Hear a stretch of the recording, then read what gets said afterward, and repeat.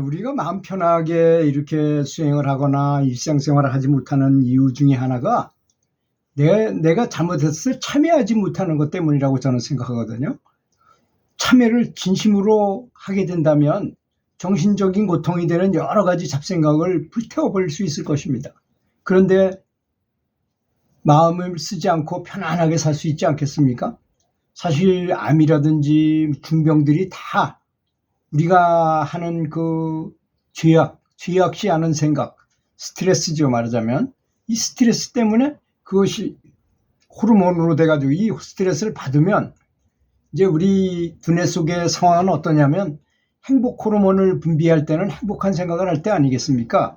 감사한 마음을 가질 때, 사랑하는 마음을 가질 때, 남이 잘 되도록 하는 마음을 가졌을 때, 이렇게 긍정적인 마음을 가졌을 때는 황금색의 이렇게 호르몬이 뇌하수체로부터 분비돼 가지고 이게 뇌 속을 먼저 이렇게 점령을 해요.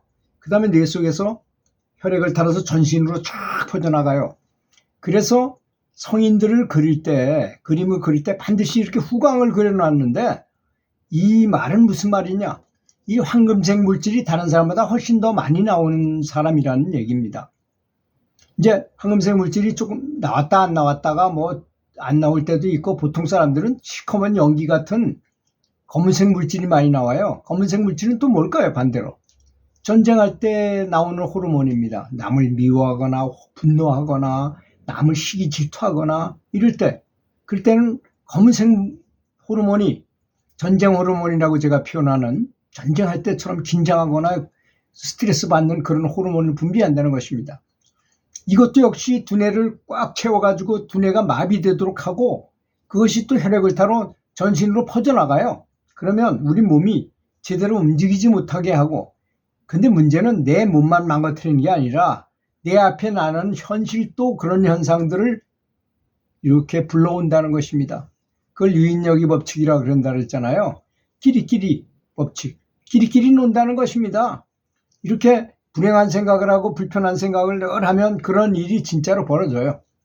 그래서 왜 이런 말이 있죠. 가수가 어떤 노래를 하나 히트해가지고 그게 히트곡이 되면 이걸 뭐 몇천 번, 몇만 번을 부른대잖아요. 그렇잖아요. 뭐 행사장마다 또는 방송국에 나가서 이렇게 많이 부르니까.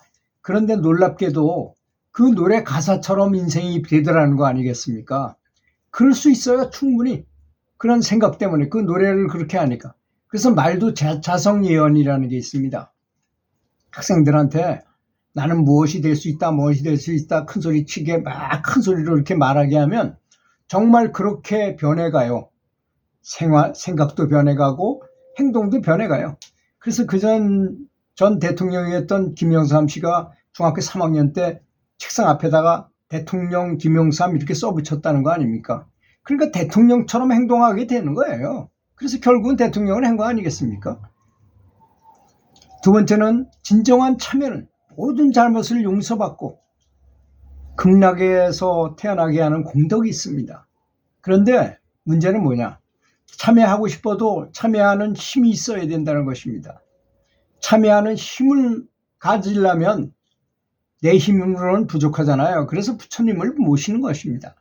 부처님을 모시면 부처님 힘과 내 힘이, 내가 미약하나마 부처님 힘과 내 힘이 모아져서 큰 힘을 발휘할 수 있어서 진정한 참여가 된다는 것입니다.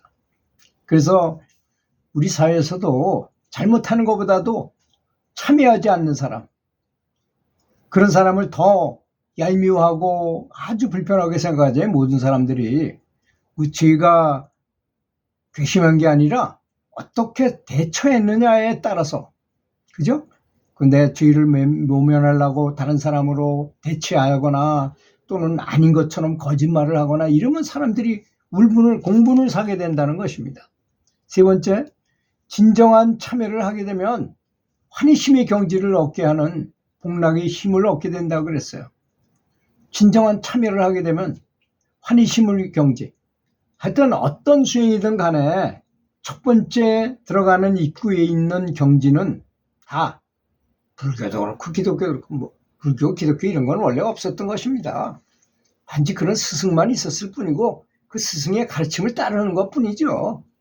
그래서 첫 번째 그 신의식의 경지로 들어갈 때 나타나는 경지가 바로 환희심의 경지라는 것입니다. 그러니까 환희심을 갖는다는 건 굉장히 중요한 거죠. 환희심의 경지를 얻게 하는 그런 힘이 있다는 것입니다. 참회가.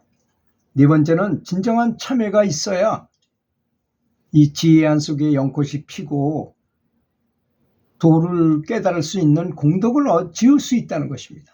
그게 뭐 한순간에 딱 이루어질지 뭐 100년이 걸릴지 10년이 걸릴지 그런 건 모르지만 이게 진정한 참회가 있어야만 하여튼 좌우지간 된다는 것입니다. 그래서 만약에 내가 열심히 연불 하거나 열심히 명상했는데도 어떤 진보가 일어나지 않는다면 한번 자기를 돌이켜보고 참회를 해보는 건 어떤지 저는 권하고 싶어요. 진정한 참회를. 모든 일은 다 내 잘못이라고 생각하고 내가 참회하는 것입니다. 그러면 많이 달라질 거라고 저는 생각해요. 제가 고등학교 교사를 할 때 참 기상천외한 죄를 지은 학생이 있었어요. 뭐냐? 수학여행을 갔는데 무서운 선생님이 학생부장 선생님이 앞에를 탁 여관 앞에를 지키고 있으니 이놈들이 밖에는 나가고 싶지. 그래 친구들끼리 모의해가지고 이 커튼을 줄을 쫙 연결해가지고 커튼을 타고 2층에서 내려갔어요. 그러니까 뭐 그건 상상도 못하잖아요 선생님들은. 그래도 나와가지고 이렇게 돌아다니다가 홍등가를 간 거야. 그 이제 지금 시효가 만료됐으니까 제가 얘기했지만 그래 그 누나들이 오라래가지고 너 돈 얼마 있니? 5,000원 있다니까 야 뭐 이래가지고 이런 관계를 한번 했다는 거야.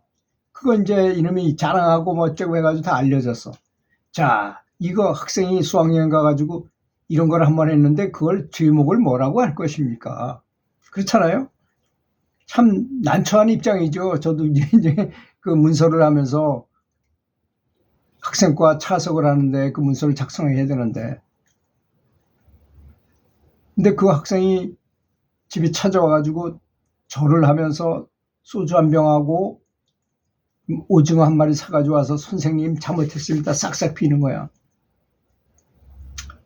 그래서 뭐 사실 그거 사실대로 말하기도 참 곤란하고 조서에다 쓰기도 뭐하고 그래서 적당히 품행이 방정치 못하고 해가지고 그냥 정확 3일 때리고 말았습니다. 그랬더니 나중에 그 친구가 군대 생활을 하는데 마침 또 내가 있는 곳에 왔어요. 제가 테니스 감독을 하는데 어떤 사람이 군인이 와서 물어보는 거야. 뭐 이런 선수가 이런 사람이 있었는데 선생님이 옛날에 학교 다닐 때 그 사람을 가르친 적이 있느냐 하는 거야. 가만히 들어보니까 아무래도 이놈이 뭔가 일을 벌인 것 같아요. 그게 조금 했습니다. 그랬지. 근데 알고 보니까 이 보안대 군인으로 걔가 왔는데 테니스 선수라고 뻥을 치고 테니스 코치를 하고 있는 거야. 거기 군대에서. 그리고 거기서도 군대에서도 이름이 좀 군대에서는 뭐 거짓말을 많이 하는 편이잖아요 사람들이. 근데 테니스 곧잘 치니까 그리고 진짜 나중에 보니까 테니스도 잘 치더라고요. 뭐 코치라 할 만하더라고요. 그 친구는 사실 육상 선수 단거리 달리기를 아주 잘하는 선수였는데 심심할 때마다 백보드 치고 뭐 이랬는데 여기 사회에 와서는 뭐 코치 노릇해도 충분히 한 실력이 됐더라고요 정말로. 그랬던 적이 있습니다. 그래서 참여하는 것보다 더 좋은 용서를 비는 방법은 없구나. 그때 제가 그 친구를 통해서 깨달았어요. 진정한 참여를 하는 사람은 그렇기 때문에 당연히 수명이 길어지고 병도 없어지고 장수하는 지름길이라는 것입니다. 참여를 많이 하는 것이. 그렇지 않습니까? 장수하게 될 건강해지니까. 그다음에 참여를 하는 사람은 언제 어디서나 늘 즐거운 기쁨의 정원을 누리게 된다는 것입니다. 그렇지 않습니까? 뭐 다 잘못을 참여를 하고 난 죄인입니다 해버리니까 뭐 누가 자기한테 뭐라 할 사람도 없고 자기 스스로한테도 떳떳해진다는 것이죠. 진정한 참회가 일어나는 사람에게서 3개의 감옥에서 벗어나는 열쇠를 준답니다. 그런 사람한테 진짜 참회가 그만큼 중요한 것입니다. 참여는 능히 대우주의 생성과 소멸 같은 모든 우주의 지혜를 얻게 할 수도 있다는 것입니다. 마지막으로 참여는 참여하는 정도에 따라서 그에 부합한 가장 적절한 천상세계에 태어나게 한다는 것입니다. 그러니 왜 참여를 안 하겠습니까? 예전에는 제가 회양에 대해서 얘기했고 이번에는 참여에 대해서 얘기했습니다. 그래서 연불에도 또는 명상에도 아주 쉬운 것 같지만 참 알아둬야 될 점이 너무나 많습니다. 그런데 알아둬야 될 점 중에 가장 중요한 거는 스승님이 어느 정도 수준이냐, 부처님이 어느 정도로 가르쳤냐 이런 게 중요한 게 아닙니다. 부처님이 가르친 연불법이라는 건 이미 공중된 방법이잖아요.